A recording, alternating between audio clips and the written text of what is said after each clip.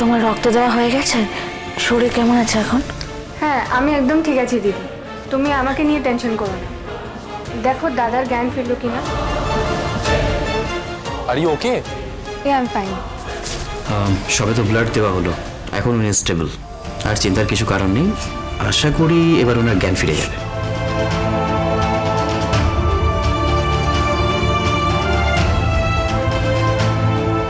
তুমি মিস্টার চ্যাটার্জিকে যে দাদা বলে ডাকো, আজ তুমি সত্যি বোনের মতো কাজ করলে অন্তরা। কি যে বলো না, যাকে দাদা ডেকেছি তার জন্য এতটুকু করবো না? আর কংগ্রাচুলেশনস, কিন্তু বিয়ের ইনভিটেশন তো পেলাম না। দাদা সুস্থ হলে কিন্তু আমাদের খাওয়াতে হবে। আর আর্য তো পেটুক, ওকেও ডাকতে পারো। ইনভাইট করলে নিজেই বুঝতে পারবে কে পেটুক। ঠাকুরে তোমার কি লীলা, আজ বোনের রক্তেই তুমি দাদার প্রাণ ফিরিয়ে দিলে।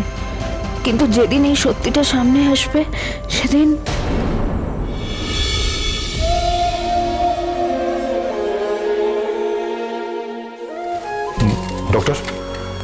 ডক্টর, অনিরুদ্ধ এখন কেমন আছে?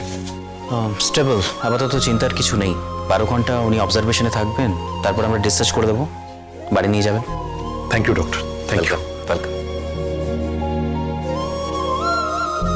শোন অনিরুদ্ধ, তোকে আর এই অসুস্থ শরীরে আউট হাউসে ফিরতে হবে না। তুই এবার থেকে আমাদের সঙ্গে বাড়িতেই থাকবি। আমি কিন্তু কোনো কথা শুনবো না।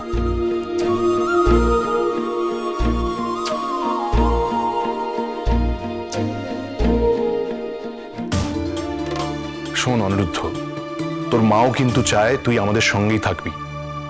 কিন্তু বাবা, আমার পক্ষে তো সেটা সম্ভব নয়। কেন সম্ভব নয় অনিরুদ্ধ? আমি আমার মেয়েকে আর মেয়ের মাকে ছেড়ে কোথাও থাকবো না।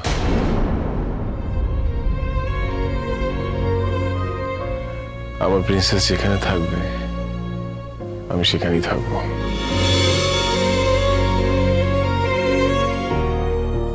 এমন একটা সিচুয়েশন দাঁড়ালো যে বাধ্য হয়ে তোমাকে আমার ঘরে তুলতে হবে বানি। আমার ছেলের জন্যই তুমি আমার বাড়িতে ঢুকতে পারবে, কিন্তু তোমাকে আমার বৌমা বলে কোনোদিন মেনে নেব না। ঠিক আছে, তুই যা চাস তাই হবে। তোরা 3 জনেই থাকবি বাড়িতে, ঠিক আছে? আমি সাথীকে জানিয়ে দিচ্ছি।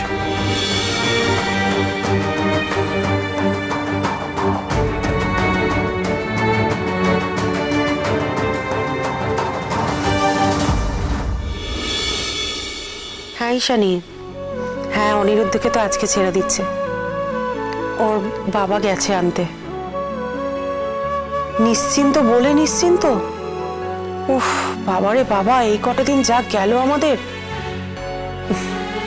আমি জানি ঈশানী, তোমরাও খুব চিন্তা করছিলে।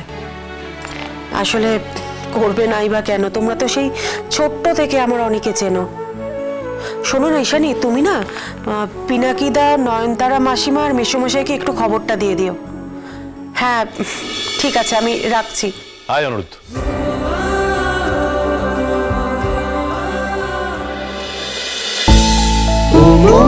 ও মোর দরদিয়া, সোম থেকে রবি প্রতিদিন সন্ধে 7টায় স্টার জলসায় ও জিও হটস্টারে।